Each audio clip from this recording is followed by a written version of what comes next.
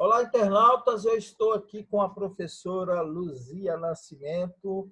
Ela é professora da Rede Municipal de Rondonópolis, onde ela é pré-candidata pelo PCdoB, pré-candidata a vereadora, e eu vou conversar com ela agora.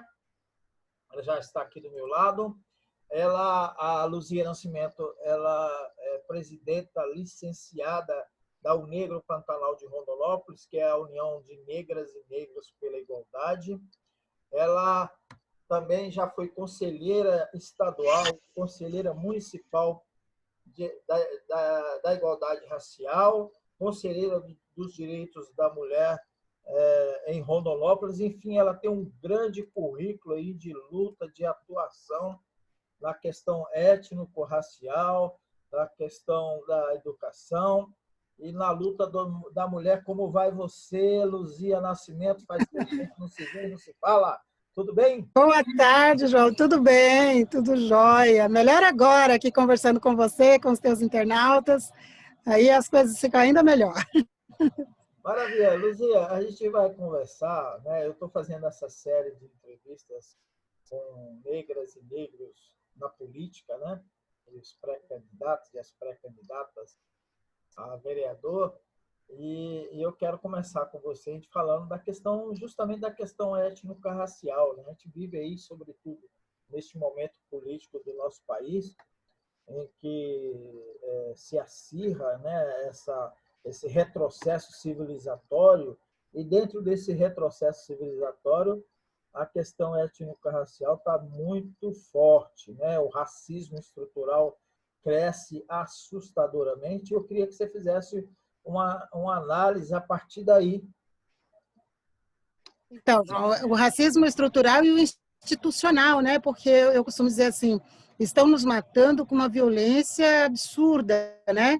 E esses assassinatos, em sua maioria com a conivência do Estado, porque quando a polícia nos mata, ela está a serviço do Estado, então o Estado está sendo conivente porque não muda, não melhora, não diminui essa violência, essa agressividade com que se mata os negros no mundo todo, não é só no Brasil, no mundo inteiro, né? A gente tem acompanhado aí nos Estados Unidos a violência com que têm sido assassinados os negros americanos, no Brasil todos os dias, e essa violência ela sempre existiu, mas eu penso que agora, com o advento das mídias sociais, ele está sendo visibilizado, né? Então, hoje tem tudo que acontece acaba vindo à tona, vem nas mídias e mostra essa violência institucional da polícia, principalmente, e a violência estrutural que ela nos atinge de forma bárbara, né? E quando a economia, quando essa realidade nova se apresenta, dessa pandemia e tudo, a população que é mais prejudicada, que mais sofre as consequências em todos os sentidos, é a população negra. A questão do desemprego, ela afeta muito mais a população negra. A questão da violência afeta muito mais a população negra. Recentemente saiu um dado aqui no estado de Mato Grosso, a gente milita muito nessa área de defesa da mulher, aqui em Rondonópolis a gente trabalha muito no combate à violência contra a mulher, né? E saiu um dado recentemente de que cada 10 mulheres assassinadas no estado de Mato Grosso, 8 são mulheres negras. E eu estou sempre cobrando nos eventos, nas reuniões que acontecem, eu estou sempre cobrando o recorte da mulher negra, porque se você pegar os dados, você vai perceber que nos últimos 10, 15 anos, houve, especialmente depois do advento da Lei Maria da Penha, houve um decréscimo da violência, do assassinato de mulheres brancas, o que é muito bom. A gente não está aqui para dizer assim, não queríamos que isso acontecesse. Pelo contrário, nós ficamos felizes que isso aconteça. Mas o que é assim, triste nessa história é que, enquanto houve um decréscimo da violência, do assassinato de mulher branca, houve uma subida vertiginosa de mais de 54%, o último dado agora de mais de 60% de violência e assassinato contra a mulher negra. E aí a gente fica se perguntando onde é que o Estado que ele consegue alcançar a mulher branca, protegê-la de certa forma, mas não consegue proteger a mulher negra, né? Então, isso que a gente... e é esse racismo estrutural que faz com que todas as formas de violência ela atinge de forma muito mais grave a população negra, que, por sinal, é muito mais vulnerável, né? eu estava fazendo uma fala no outro dia e dizendo assim, né, que a gente faz a defesa da população mais vulnerável e que, consequentemente, essa população mais vulnerável é a população negra. Porque quando você olha o mapa da violência, quando você olha o mapa da fome, quando você olha todos os estudos feitos, não é, você pega os dados do IBGE, você pega os dados do mapa da violência, não é uma fala da Luzia, é a realidade que está registrada dessa vulnerabilidade da população negra. Consequência, é claro, do racismo estrutural, que vem desde a época da fatídica libertação dos negros, que nunca aconteceu de verdade, nunca foi concluída, né, de verdade.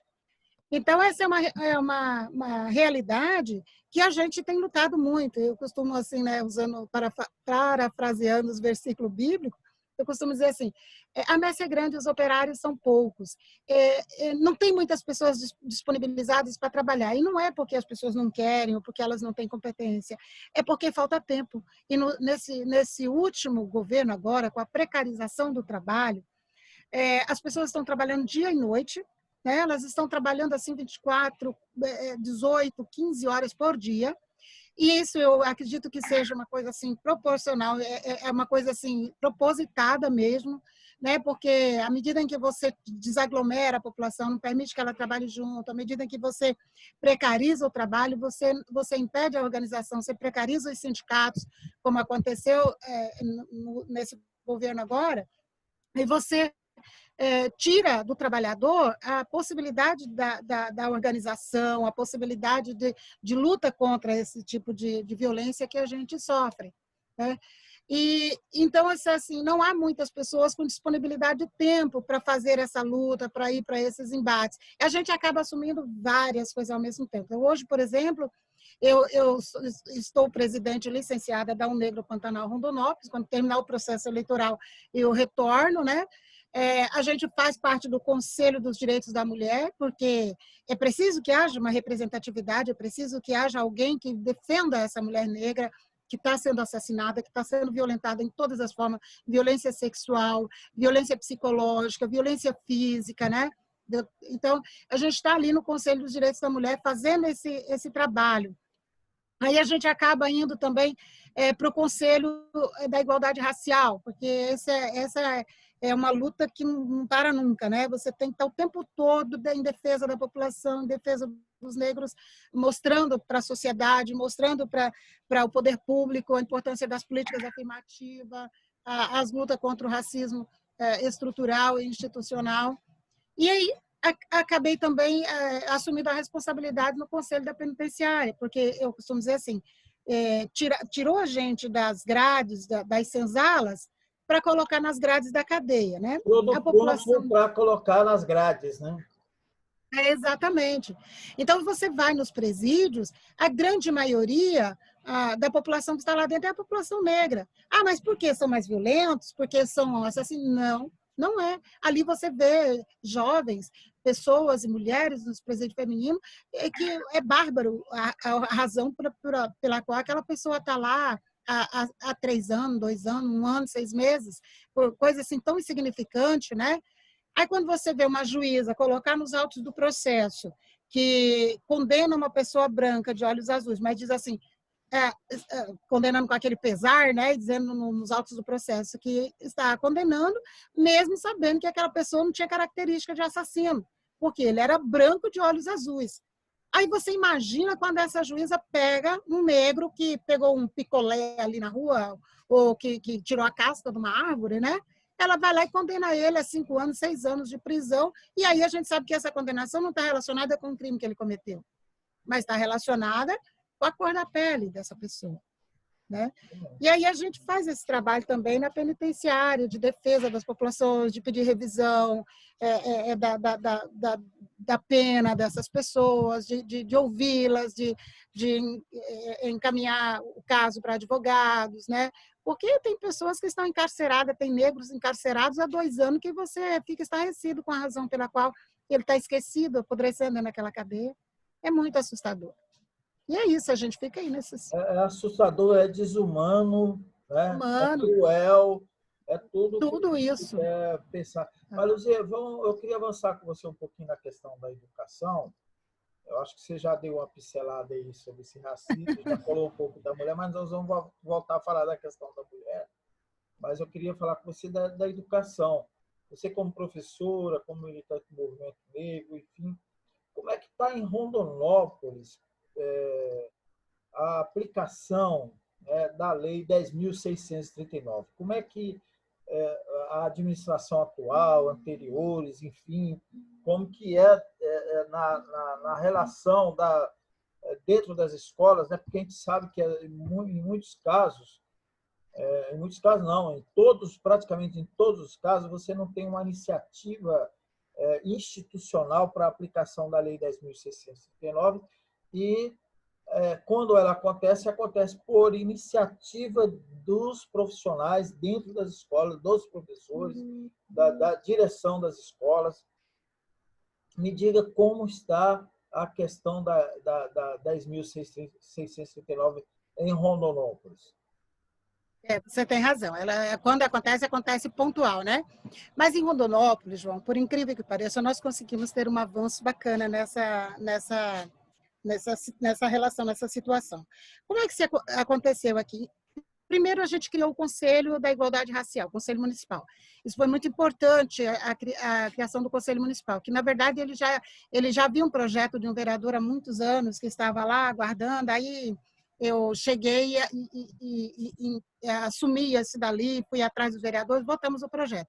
Isso foi muito importante. Nós tivemos um presidente na gestão anterior, que ele foi muito ativo, assim, né? Ele correu atrás do prefeito, da Secretaria de Educação e tal, e nós conseguimos implantar na Secretaria de Educação, colocar alguns negros ali. Nós tínhamos o professor Theo, que era chefe da formação, né, do Departamento de Educação. Tivemos a professora Cláudia, que foi gerente do Departamento de Educação Infantil. Com isso, nós temos também o professor Samuel dentro da secretaria, alguns professores negros, militantes, e a gente conseguiu desenvolver um trabalho muito bom. E o prefeito de Rondonópolis tem sempre assim, né? Tem coisas boas e coisas ruins. Uma das coisas que a gente consegue é ter um diálogo com ele nessa questão da implantação dos projetos de promoção da igualdade racial no município de Rondonópolis. E aí a gente conseguiu fortalecer bastante esse trabalho nas escolas, porque aí, através da Secretaria de Educação, né, com o professor Theo na formação, então ele trabalhou muito a formação dos professores, voltado para 10.639, trabalhou bastante, e a professora Cláudia trabalhou na educação infantil também, muito com os professores da educação infantil, essa questão, a implantação da Lei 10.639, e nós conseguimos desenvolver um trabalho muito bom aqui. Para além disso, tinha um projeto bem anterior a tudo isso, de um professor doutor da Universidade Federal daqui de Rondonópolis, né, que era o FMT ainda, que num diálogo ainda na gestão anterior do atual prefeito de Rondonópolis, ele conseguiu implantar um cursinho para vestibular. E esse cursinho pré-vestibular, ele dura até os nossos dias e atende mais de 1.000 jovens, e, na sua grande maioria, jovens negros da periferia, né? E tem colocado bastante jovens na universidade, e, inclusive, muitos desses jovens já retornando e se tornando mestre e retornando para o movimento para desenvolver o trabalho no movimento.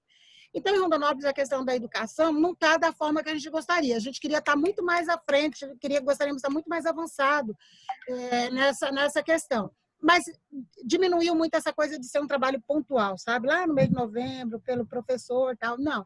Aqui a gente tem conseguido fazer com que a gente trabalhe o ano todo a questão da lei, a gente trabalha o ano todo, e muitas vezes encabeçada pela própria Secretaria de Educação, a partir desses professores, desses mestres que vêm fazendo esse trabalho dentro da Secretaria. Alguns desses professores já deixaram, infelizmente, o professor Theo saiu da Secretaria de Educação, a professora Cláudia não é mais gerente, agora, mas ela continua lá assessorando, e a gente fica torcendo, porque aí veio essa pandemia, parou todo o trabalho, né? A gente fica torcendo para retomar, quando retomar, a gente retomar também esse trabalho e avançar, porque o desejo é que a gente avance cada vez mais e principalmente que a gente consiga trabalhar a questão racial mesmo, partindo da Secretaria de Educação com os professores. Melhorou bastante, a gente conseguiu avançar assim um pouco. Muito bom. Só para a gente esclarecer para os nossos espectadores aí, que é a lei, né? A Lei 10.639, ela determina o ensino da cultura e da história africana e afro-brasileira nas escolas, em todas as escolas do país, independente de ser pública ou privada. E Luzia, eu considero que a não aplicação da lei, você traz notícias boas em relação a Rondonópolis, e que também tem a ver com o trabalho de vocês, né, do Conselho, seu e dos demais componentes do Conselho, e da sensibilidade, até certo limite, mas uma sensibilidade do atual gestor. Mas a não aplicação da lei, ela, na minha opinião, se desculpa me alongar, porque você é entrevistada, né, mas eu gostaria, já inspirado na sua fala, de posicionar.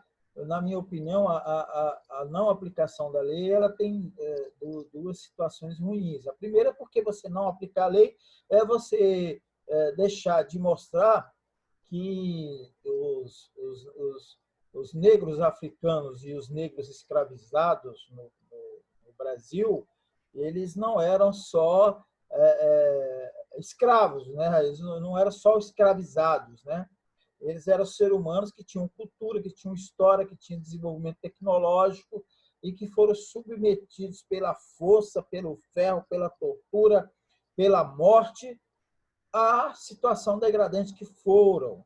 E os livros escolares, até certo momento, mostravam isso, né? Não mostravam seres humanos com inteligência, com desenvolvimento, com capacidade, e isso reforçou todo esse estereótipo negativo aí que você relatou em relação à questão de que nós somos os alvos, né, nós somos já a identificação dentro desse estereótipo negativo do que é bandido, do que é negativo, do que é ruim. Do que é ruim.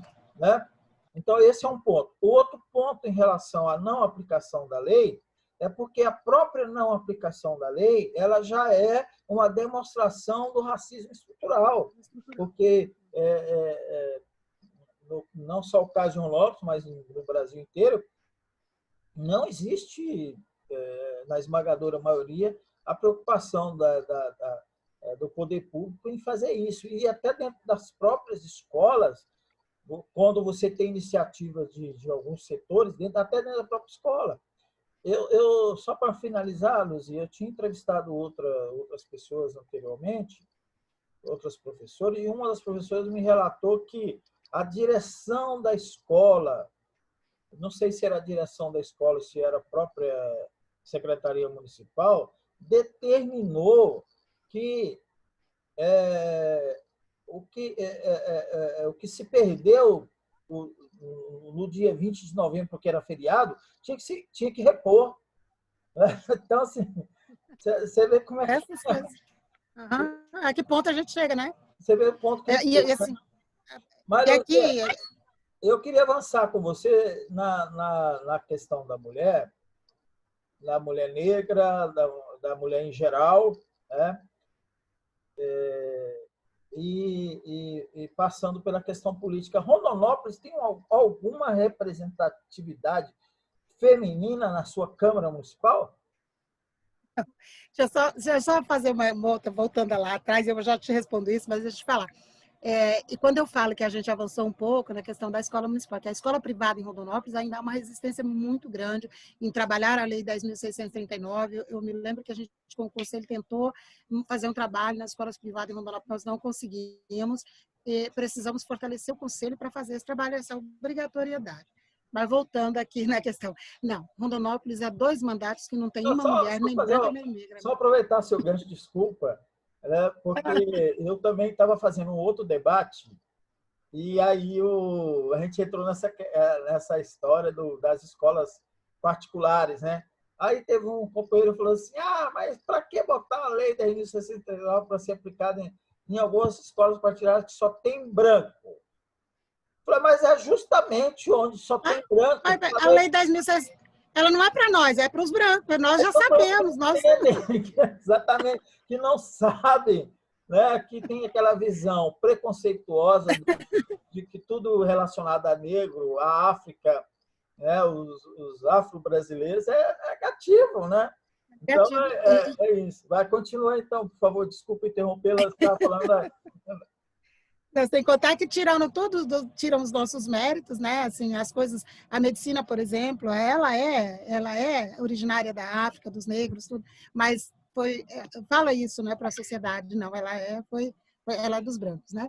Mas enfim, em relação à Câmara de Vereadores de Rondonópolis, não temos nenhuma mulher, já há 2 mandatos que não tem nenhuma mulher, não temos representatividade feminina na Câmara de Vereadores. Esse ano nós estamos assim com muita expectativa de conseguirmos colocar mulheres ali, a representatividade das mulheres, porque considero que é muito importante a representatividade das mulheres lá.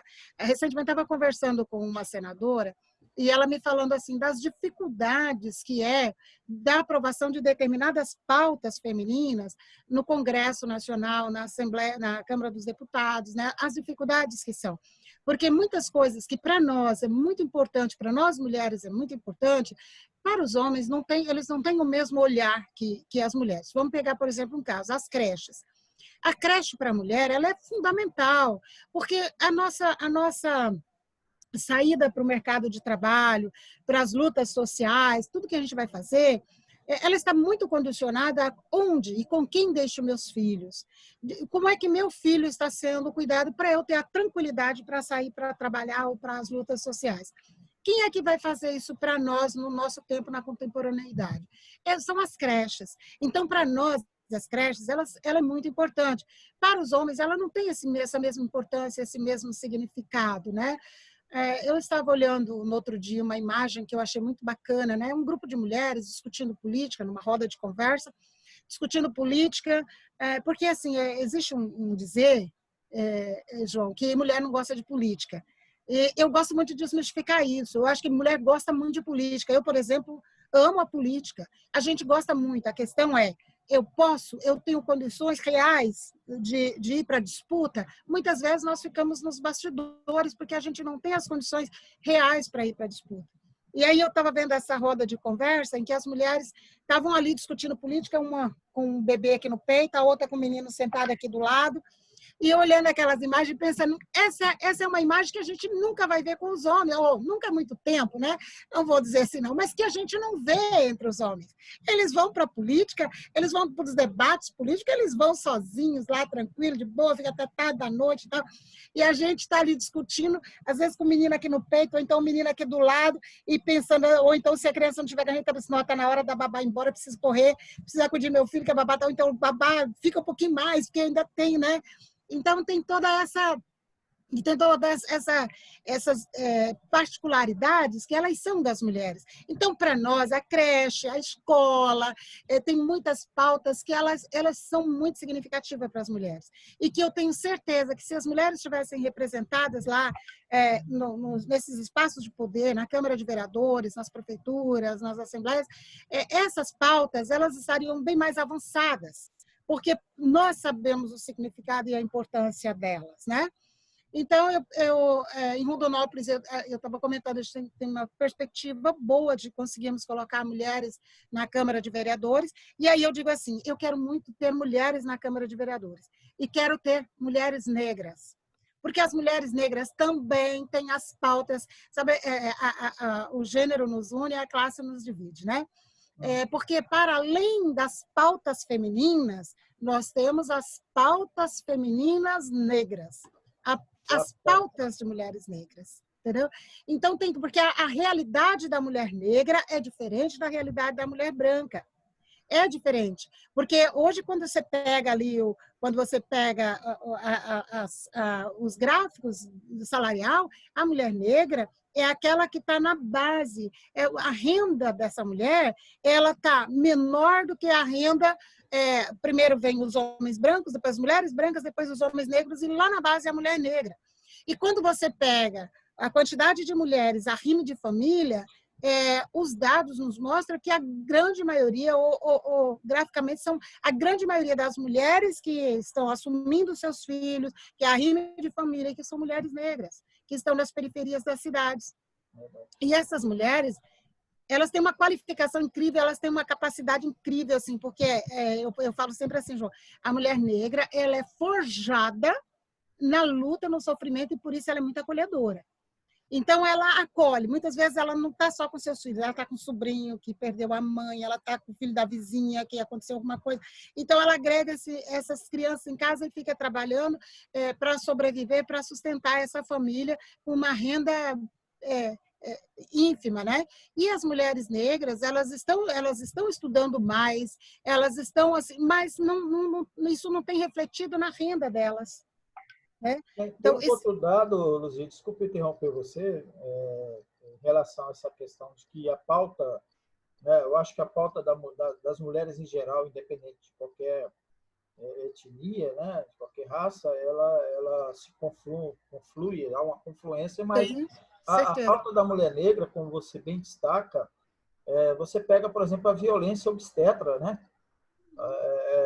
Tem só para te passar, tem uma pesquisa que acabou de sair de Brasília, da CLDF. A CLDF é a Câmara Legislativa do Distrito Federal, que é similar à Assembleia Legislativa. Lá em Brasília, chama-se Câmara Legislativa Distrital, do Distrito Federal. A pesquisa mostra que 60% da violência obstetra acontece com a mulher, as parturientes, né? É a mulher que vai fazer o parto.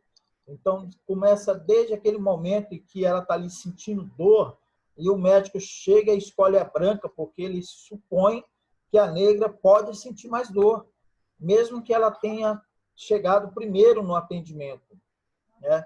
E vai até a chamada, que é uma violência terrível, que é a chamada, no caso das mulheres que tem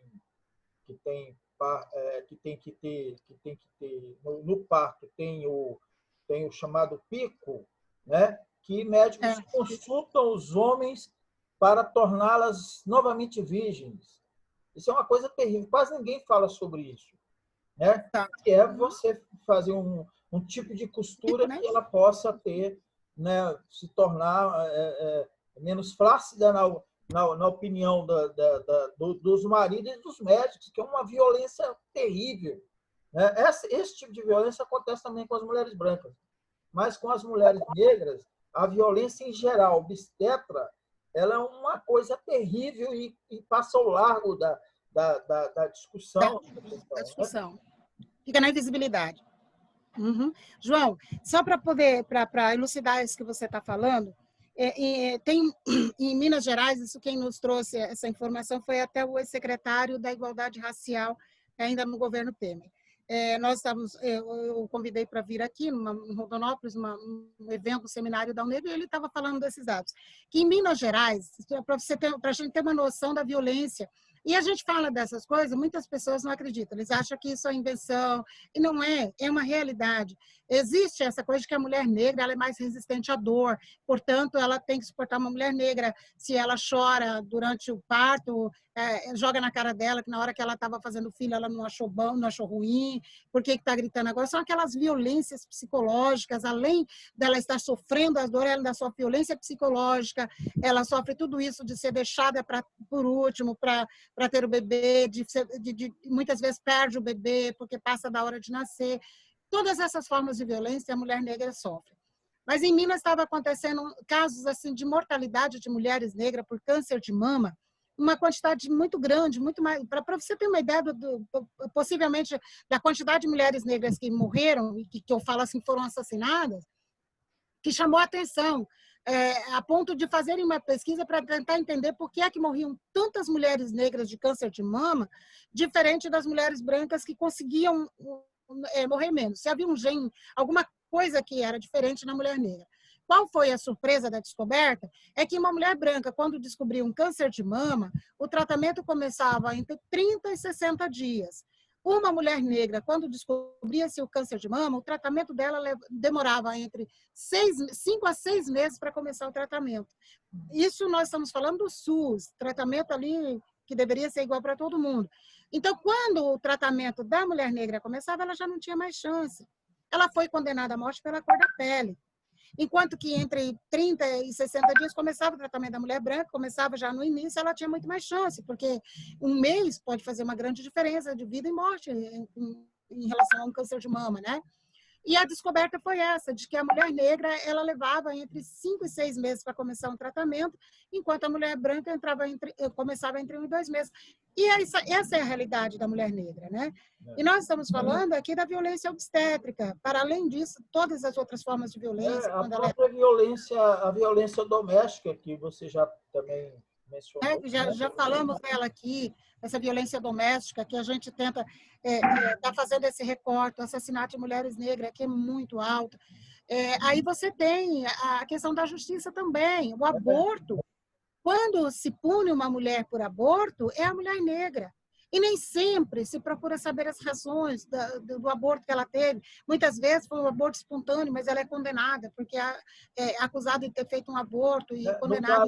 No caso também do atendimento nas delegacias, né, que elas são, da forma como são tratadas, né?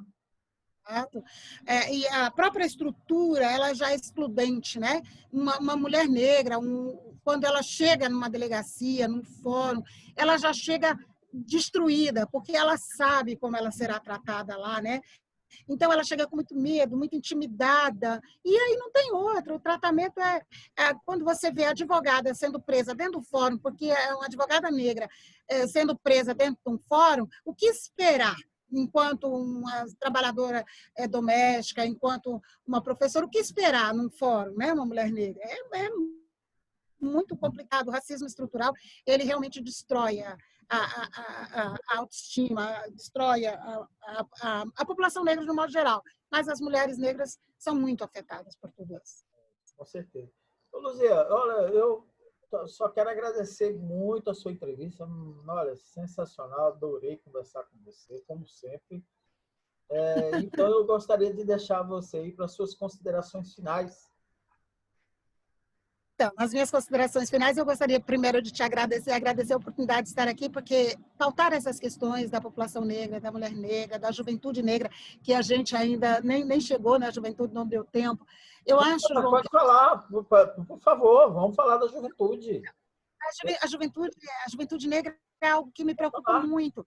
Eu tenho tentado trabalhar muito por essa juventude aqui em Rondonópolis, porque eles estão sem perspectiva. Não há um projeto que inclua a juventude, principalmente a juventude negra. As meninas negras, elas ficam sonhando com esse mercado de trabalho da beleza, né? Elas sonham com isso, porque toda jovem sonha com isso, mas há pouco espaço ou não há espaço para elas. Em Rondonópolis, temos conseguido incluir algumas meninas negras através dos concursos de beleza, através das atividades que a gente vai fazendo, e tem conseguido abrir um pouquinho de espaço nesse mundo que é o sonho delas, né? Dos meninos também. E então, eu tenho muita preocupação com a juventude, tenho projetos, assim, sonhos com projetos que pretendo trabalhar, mesmo como presidente da UNEGRO, mesmo como uma mulher negra que está aí sempre na luta, para abrir portas para a juventude, né? E de modo especial para a juventude negra. Eu falo que nós fomos silenciadas por tanto tempo que quando a gente vai para falar, a gente encontra um lugar de fala, a gente fala até demais, né, João? Não, mas eu quero falar. Tem que falar tudo que quiser. Manda bala, aí tem para falar mesmo. Quero agradecer demais esse espaço e dizer o seguinte, que a gente que vem na luta há muitos anos, porque eu acho que eu nasci na luta, né? Eu me lembro que quando criança, na escola, a gente sofria muito bullying por ser negra, muito apelido, né? E eu não sabia como lidar com aquilo, eu ia para porrada com os moleques, né? Rolava na porrada com os moleques, batava, né? Porque eu nunca aceitei o racismo. E depois, já na adolescência, eu jogava basquete, eu costumo dizer assim, eu jogava bem, que eu sempre gostei mais de bola, não importa o quê. Daí eu corria, estava sempre correndo atrás de bola. E eu jogava na seleção de Rondonópolis, de voleibol. E aí, quando chegava nas quadras, eu jogava bem, e o pessoal, eles até torciam por mim, mas eles torciam assim, vai, mistura de Zacarias com Mussum, Zacarias, mistura de Zacarias com Mussum. Aquilo me arrasava, né? Porque a gente, eu de adolescente, é muito tímida, eu tinha tanta vergonha daquilo, eu sofria tanto com aquilo, mas era inevitável. Então, essas coisas, às vezes, são muito perversas, né? Com a juventude, com os São, adolescentes. são sim. Então, a gente cresceu forjada nessa exclusão social, essa exclusão racial, e aí a gente aprendeu a acolher. E esse sentimento de acolhida, esse sentimento de luta, de perseverança, de resistência, e a gente quer continuar fazendo ele, lutando em defesa da população de um modo geral, de forma especial da população negra. Eu falo assim, se a gente chegar na Câmara de Vereador, a gente está lá para representar Rondonópolis, né? Quando você entra na Câmara de Vereadores, você População tem... em geral, né? Exatamente. Você tem que ter em mente que você está lá para defender a população, criar projetos e melhorar a vida da população de modo geral. Agora, esse carinho com a população negra, ele sempre vai existir porque é o de onde eu venho, né? É a minha ancestralidade, é a minha história. E é um povo muito excluído, que a gente quer abrir um espaço de inclusão para essa população. Então, eu acho que essas são as minhas considerações finais. Eu te agradecer demais o espaço, deixar um abraço carinhoso para os internautas, para quem acompanha, dizer que a gente está sempre à disposição, independente da gente ir ocupar esse espaço na Câmara de Vereador ou não, a gente está na luta sempre, e não vai ser diferente mesmo depois das eleições. Vamos continuar lutando muito pelo bem-estar da população e, de forma especial, da população negra. Maravilha. Ontem foi o aniversário do seu pai? Foi. Você viu o negão, meu negão lá? Foi aniversário Coisa de 83. linda. 83. Maravilha. Mas 83. aqui, pode voltar a falar, não tem problema. Mas eu queria só, assim, aproveitando essa inspiração, lembrar de duas coisas. Eu estava rindo aqui um pouco, né? Você falando dos apelidos, Zacarias, Mussum, não sei o quê. E eu lembro quando eu, na escola também, eu tinha todo o apelido relacionado a negro e coisa ruim, eu tinha, né? Então, assim, eu já fui chiclete de onça, que suco de fumo, semente de bucha, então já fui tudo quanto é coisa, né? E o interessante é que eu não apelava com ninguém, portanto é que esses apelidos nunca pegaram, né? Apesar de que doía, né? Ficava, pô, né? Rodapé de não sei o quê, aí vem todo esse tipo de coisa. Mas eu já adulto, agora já fiz 60 anos em junho, eu sofri duas situações aqui em Cuiabá que me deixou muito triste, muito magoado, né? E eu tirei de letra até para não ir para o confronto, porque a gente sabe que se a gente for para o confronto, a coisa fica pior, né? Estava fazendo a minha caminhada matinal e fui abordado por uma viatura policial, que os 4 policiais desceram com a mão na arma e me abordaram, assim, de uma forma... Fazendo caminhada, para você ter uma ideia, né? Como que é as coisas. Fazendo caminhada. Fazendo caminhada de uma forma agressiva, né? Agressiva, assim, você percebe. Aí eu olhei assim, e naquele segundo eu falei assim, não, eu não vou confrontar. Você não tem o direito de caminhar. Não tem o Não. direito de caminhar. Aí, o senhor e tal. Acabou, não, enfim, não vou alongar. A outra situação aconteceu anteontem, Luzia, foi engraçada. Por isso que eu estou rindo. Eu estava falando com o Carlão na entrevista que eu fiz ontem. Eu comecei a rir porque eu tenho que rir, porque assim, eu não quero mais chorar, eu quero rir, né? Aí eu fui renovar a minha carteira de habilitação e fui fazer a foto. E aí é interessante, eu fico observando muito, negro, pobre e velho, como que os atendentes que estão nos guichês, nos caixas, nos balcões, eles tratam mal. Tem desprezo por eles. Eles acham que eles têm um prazer, aquele micropoder, o nanopoder, e eles exercem aquele nanopoder de uma forma tão arrogante, tão estúpida. E comigo aconteceu a mesma coisa. Próximo, você quer lá todos os documentos, senta de casa. Eu fiquei uma semana aqui. Até que chegou o momento, hoje meu cabelo está um pouco penteadinho, porque eu tinha tomado banho antes de conversar com você. E tal. Mas lá, 1h da tarde, eu fui atendido, quase 5, o cabelo já, você sabe, né? Já. Aí o carinha, o rapaz lá falou assim: senhor, arruma seu cabelo. Eu falei: arruma como? Arruma seu cabelo. Tá muito mais. Meu cabelo é esse, cara. Tira essa foto. Esse é o meu cabelo. Aí vai ficar petulância. Eu quero me dizer que eu tenho que arrumar meu cabelo. Já pensou, Carol? Você tá aí. Ô, João, eu já sofri, por causa de ter sofrido muito bullying na escola, eu tenho muita preocupação com as crianças da escola, né? E em Rondonópolis, o ano passado, eles foram fazer a campanha da Cidade Limpa, rapaz, e fazem uma campanha e colocam o Sujesmundo. Pega um trem lá da década da ditadura militar. Eu vi aquela história. E aí pega o Sujesmundo e coloca, aí fala assim, aí pega um negrinho, né? O Sujesmundo é negro. Aí assim, eu sou porcão, não cuido da minha casa, do meu corpo, da minha escola, tá? Aí pega o branquinho, né? Aí o branquinho, eu sou limpinho, cuido da minha cidade, tá? Rapaz, e fizeram cartilhinha com isso e mandou para as escolas. Eu lembro que você... Aí eu fui para cima mesmo, porque os pais começam a me ligar, as crianças não querem mais ir para a escola, as crianças... Aí me volta lá na minha infância, quando eu sofria, a gente não tinha quem recorrer, não tinha ninguém que nos defendesse. A gente ia para porrada, ou então apanhava, então chorava, então ficava nos cantinhos da sala de aula, o professor não nos defendia, ninguém nos defendia, né? Aí eu vou mesmo, vou para cima mesmo, nem uma galinha de pintinho brava, que eu enfrentei prefeitura, enfrentei todo mundo, porque eu não aceito isso, sabe? Só se eu não tiver como fazer, mas se eu puder, eu vou defender, porque para criança isso é sofrimento. Para criança negra isso é sofrimento. Você associar isso, né, esse estereótipo negativo, né? Mas valeu! Olha, muito bom nossa conversa. Eu tenho uma caneca dessa de presente para você, tá? Tá bom. Vou guardar uma para você. É Dão Negro? Dão Negro. Tem canequinha Dão Negro. Dão Negro, Pantanal, Rondonópolis é sensacional. Inclusive, muito obrigado, viu, minha querida? Um grande abraço. Eu que agradeço, João. Sucesso aí na sua caminhada. Opa, ó. A convenção do PCdoB aí vai ser quando? A convenção sábado agora, amanhã. Amanhã, né? Já está garantida na lista, não? Eu acredito que sim. Tá bom. Eu estou lá na lista, né? Agora vamos ver na convenção amanhã. Mas acho que não vamos ter problema, não. Tá. Vamos passar. Valeu, sucesso aí. Viu? João, muito obrigada. Um grande abraço, viu? Tchau, tchau.